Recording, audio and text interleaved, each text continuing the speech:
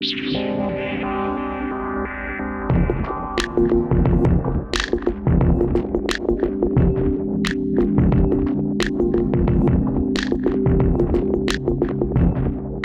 gente, tudo bem? Aqui é o Leonardo do Mind the Headphone e eu queria ter uma conversinha com vocês.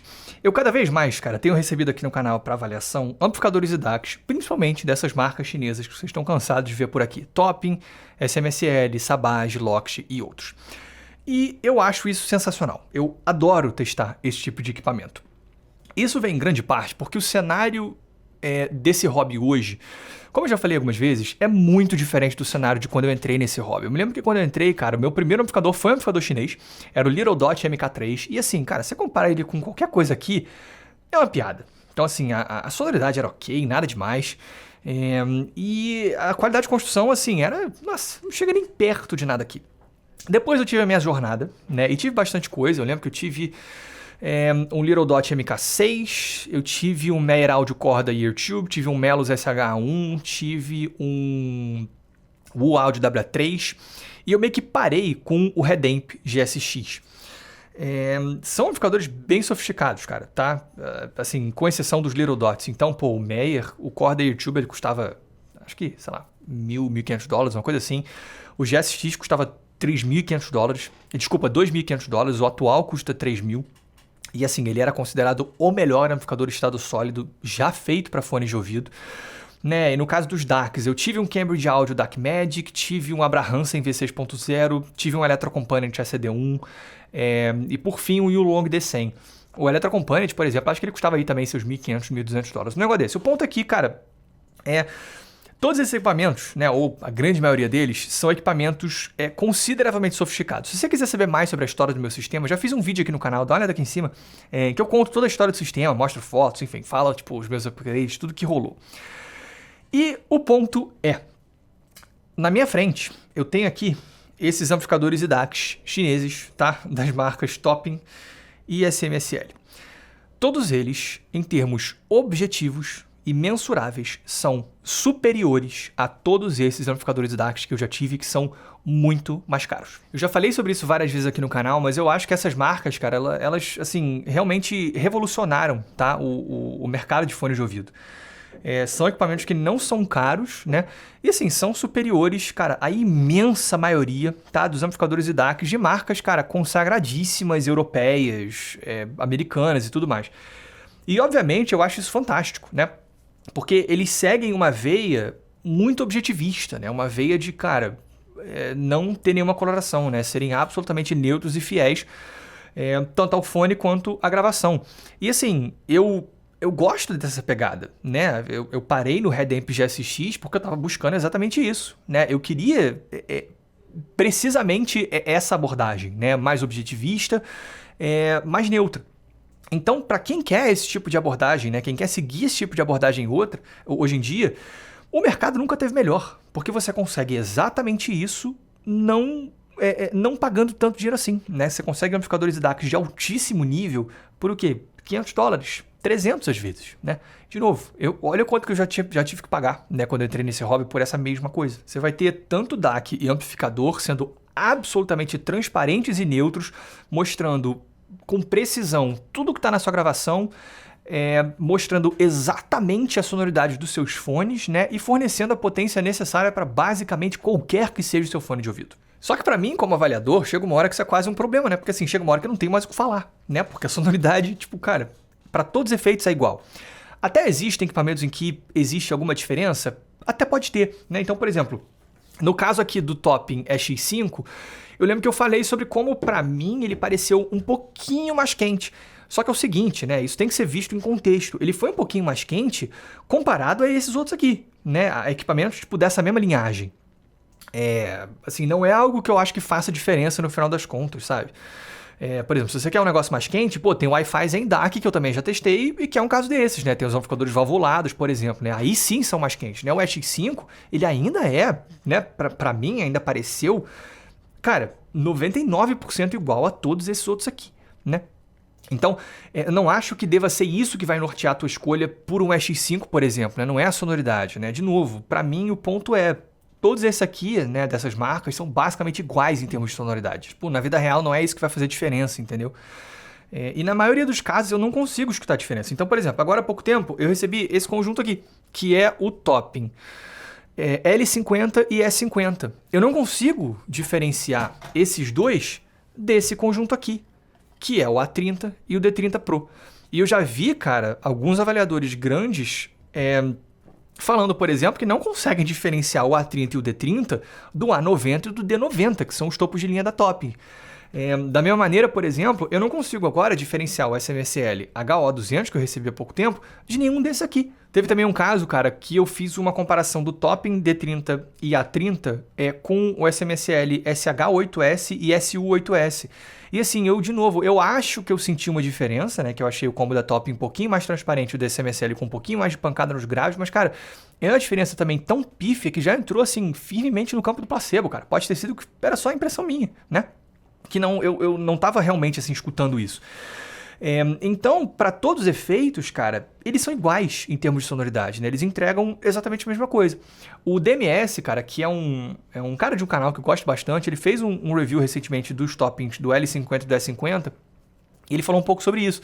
Foi até o que me inspirou a fazer esse vídeo, né? Ele trouxe uma série de questões que eu concordo, sabe? Eu acho que seria maneiro trazer isso aqui para vocês. Assim, ao contrário dele, eu não tô de saco cheio disso, né? No review dele, ele chegou e reclamou, ele falou, cara, é isso, eu tô de saco cheio de avaliar esse equipamento. Não é meu caso. Mais uma vez, assim, eu acho excepcional que a gente esteja nesse momento hoje, né? Porque, cara, você consegue um desempenho, cara, basicamente utópico aqui, né? Assim, são DACs e amplificadores que fazem a verdadeira definição do que esses equipamentos deveriam fazer.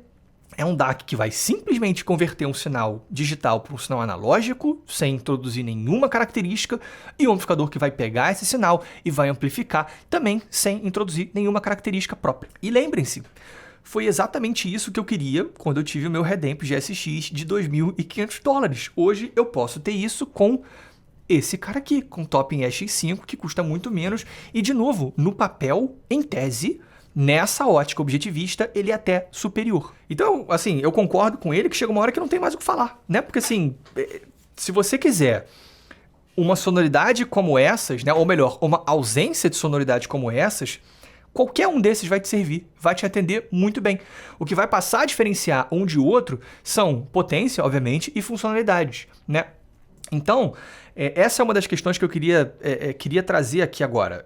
A partir de hoje, nessas avaliações, eu basicamente não vou falar muita coisa sobre a sonoridade, porque eu já parto do princípio, né? Claro que eu vou testando, que vocês já sabem que o som é igual, né? Então, na parte de som, falando do combo da Topping, do L50 e do S50, eu poderia estar falando do D30 e do A30, né? Porque é a mesma sonoridade, né? Em termos assim de qualidade sonora, né? De tonalidade, todos são virtualmente iguais.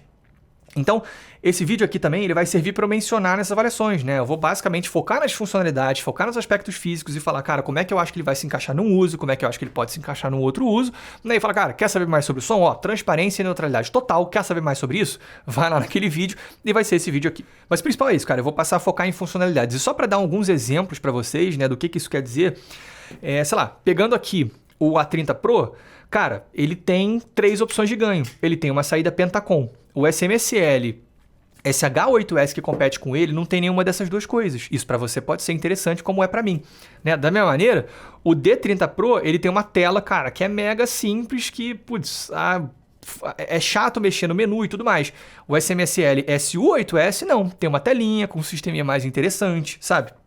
Tem um outro exemplo aqui que eu acho que talvez seja... por exemplo, o EX5, cara, ele tem um único equipamento aqui nesse chassi, né? Talvez você prefira ter um negocinho compacto e pequeno como esse, ao invés de ter 2. Outro exemplo, né? Para mim talvez seja o mais emblemático. Cara, o SMSL HO200. Olha só, ele tem... Aliás, explicando melhor, tá? O que acontece?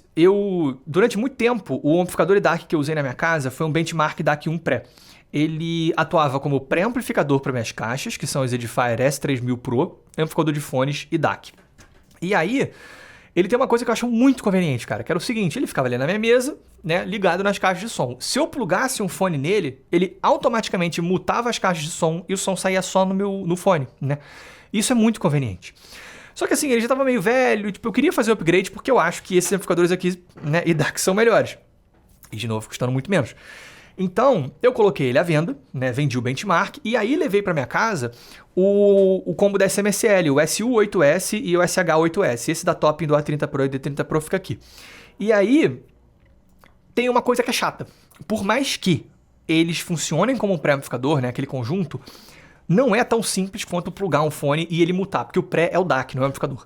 Então, para eu tocar as Edifier, ou amplificador, sei lá, não, é o DAC. Para eu tocar as Edifiers, eu preciso ligar elas diretamente no computador via USB, né? E aí eu tenho um sistema diferente. Então assim, é a pior coisa do mundo? Claro que não, né? Continua sendo ótimo, mas assim, tem uma questão de usabilidade aí. Eu tenho que ir lá, tipo, selecionar no Windows a saída diferente, né? Não é tão simples quanto eu plugar um fone.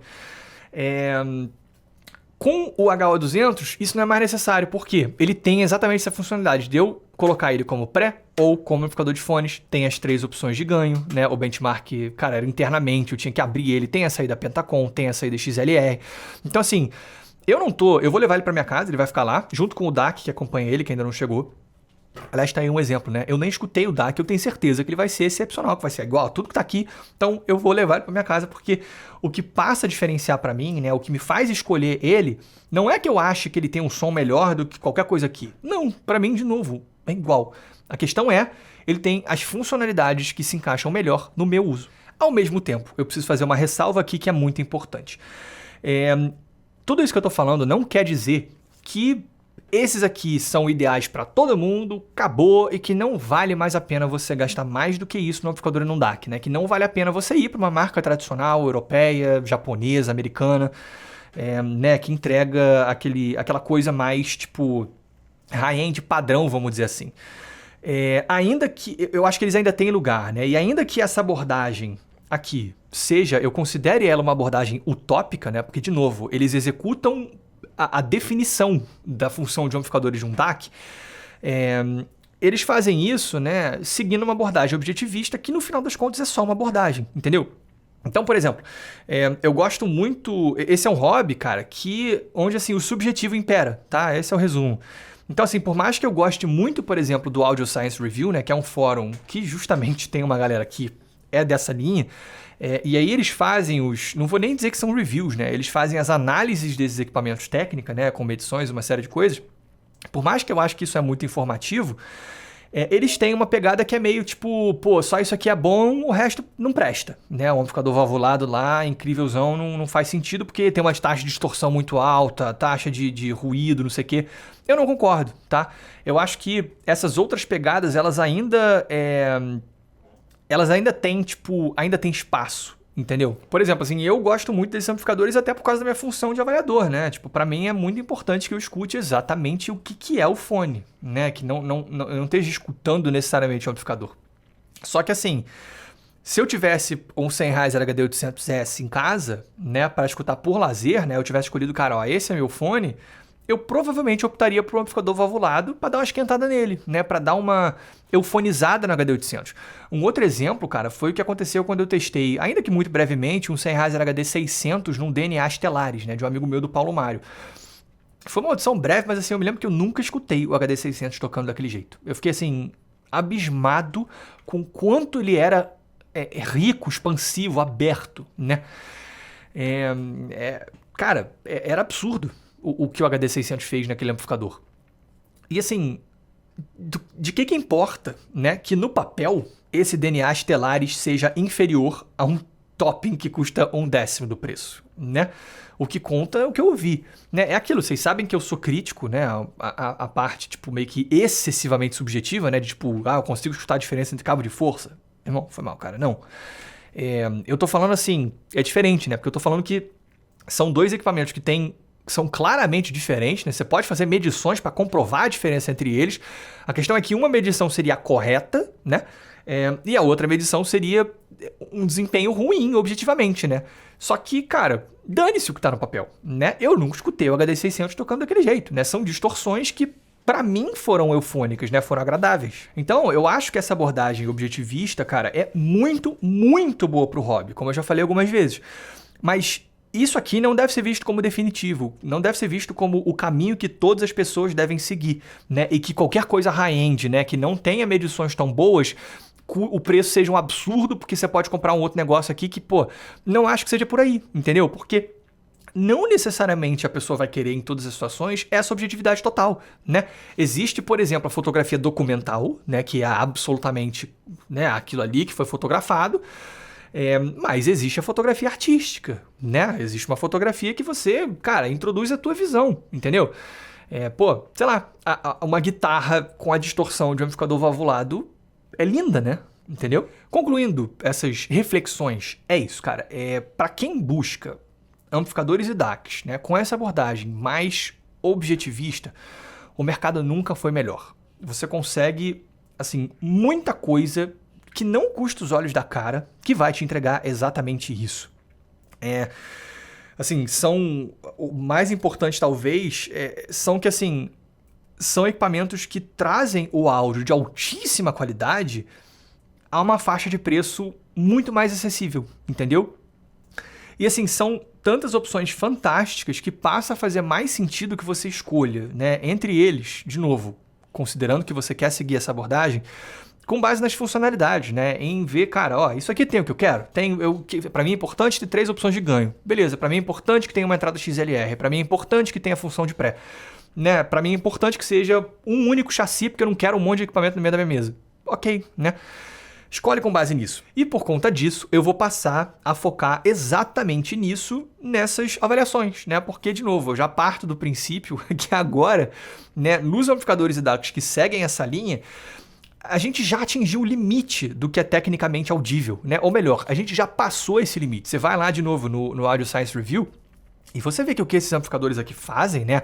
A taxa de sinal ruído, por exemplo, já passou em muito da capacidade humana, né? Então, assim, você já atingiu o nível máximo de neutralidade e transparência. As marcas ainda estão numa guerrinha para ver quem consegue mais, mas já passou a ser capricho, né? Porque não pode fazer diferença mais para uma pessoa, né? Então, sonoridade já é espetacular em qualquer um desses, então pode escolher com base nas funcionalidades. E aí, mais uma vez, é exatamente nisso que eu vou focar a partir de agora nos meus reviews. Mas não se esqueça que isso não quer dizer que essa seja a única abordagem possível, tá? Afinal de contas, é só uma abordagem dentro de um hobby que, no final das contas, é subjetivo. Então, você pode sim querer a distorção, né, a eufonia de alguma coisa que, beleza, no papel não vai ser tão boa assim, mas para os teus ouvidos vai ser. O que importa mais no final das contas? Então, é isso, gente. Espero que vocês tenham gostado. Se vocês tiverem gostado, clique no botão de like. Se vocês tiverem gostado muito, se inscrevam no canal. Um grande abraço.